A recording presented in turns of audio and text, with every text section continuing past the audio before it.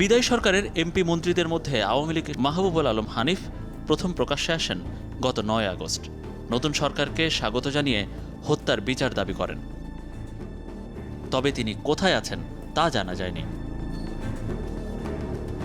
গত ১৪ আগস্ট ফেসবুকে নিজের দীর্ঘ এক বক্তব্য তুলে ধরেন সাবেক তথ্য প্রতিমন্ত্রী মোহাম্মদ আরাফাত।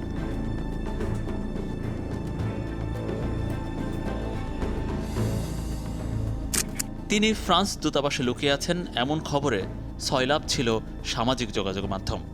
১৫ আগস্ট নিজেদের ফেসবুক পেজে তা নাকচ করে দেয় দূতাবাসটি।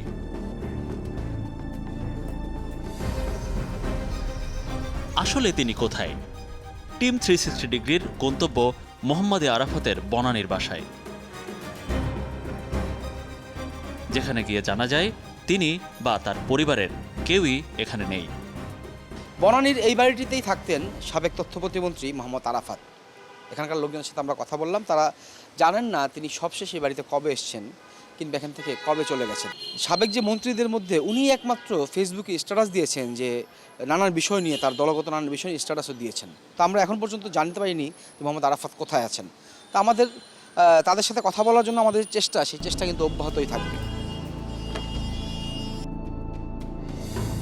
গত ২৭ আগস্ট রাজধানীর গুলশান থেকে আটক করা হয় সাবেক তথ্য প্রতিমন্ত্রী মোহাম্মদ আলী আরাফাতকে। এমন গুজবও ছড়িয়ে পড়ে গণমাধ্যমে। সাবেক তথ্য প্রতিমন্ত্রী মোহাম্মদ আলী আরাফাতকে রাজধানীর গুলশান থেকে গ্রেপ্তার করেছে পুলিশ। আওয়ামী লীগের সাধারণ সম্পাদক ওবায়দুল কাদের থাকতেন সংসদ ভবনের আবাসিক এলাকায়। সরকার পতনের দিন রাতে তার বাসায় হামলা হয়, চলে লুটপাটও। একই অবস্থা দেখা যায় তার নোয়াখালীর গ্রামের বাড়িতেও।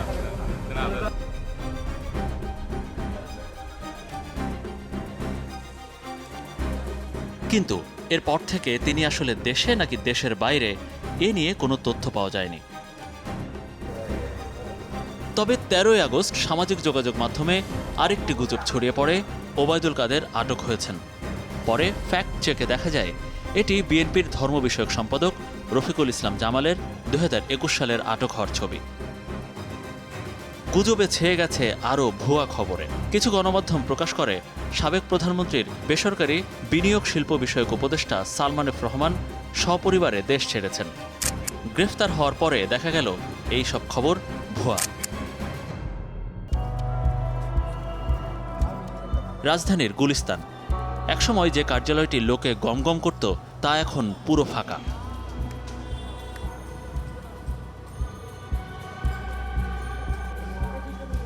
অনেকেই দেখতে আসতেন রাজধানীর বঙ্গবন্ধু এভিনিউতে ক্ষমতাসীন আওয়ামী লীগের কেন্দ্রীয় কার্যালয়। সেখানে ৫ আগস্টের ২ সপ্তাহ পরে গিয়েও দেখা যায় জিনিসপত্র নিয়ে যাচ্ছেন মানুষেরা। ২ সপ্তাহ পরেও রাজধানীর এই বঙ্গবন্ধু এভিনিউতে আওয়ামী লীগের যে কেন্দ্রীয় কার্যালয় ছিল সেখানে দেখতে আসেন উৎসুক মানুষ। তবে এই কার্যালয়টির শুধু বাংলাদেশ লেখাটিই রয়েছে, আর আওয়ামী লীগ শব্দটি এখন আর অবশিষ্ট নেই। ৫ আগস্টের পর থেকে বিভিন্ন দফায় এখানে হামলা চালানো হয়েছে এবং এখন কোনো আওয়ামী লীগের নেতাকর্মীরাই এখানে আর আসেননি।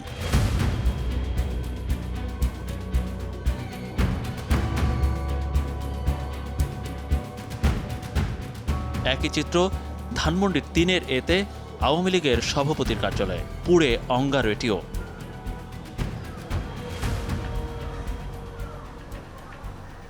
ওই রাস্তার শেষ বাড়িটিতে থাকতেন আওয়ামী লীগের যুগ্ম সাধারণ সম্পাদক ও সদ্য সাবেক সংসদ সদস্য বাহাউদ্দিন নাসিম।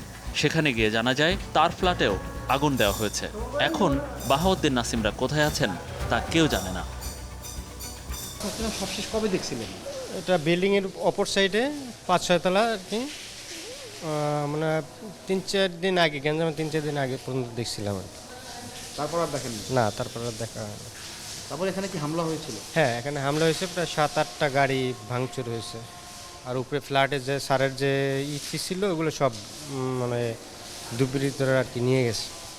যেগুলো ছিল ফ্ল্যাটের, হামলা হয়ে মানে সব কিছু নিয়ে গেছে।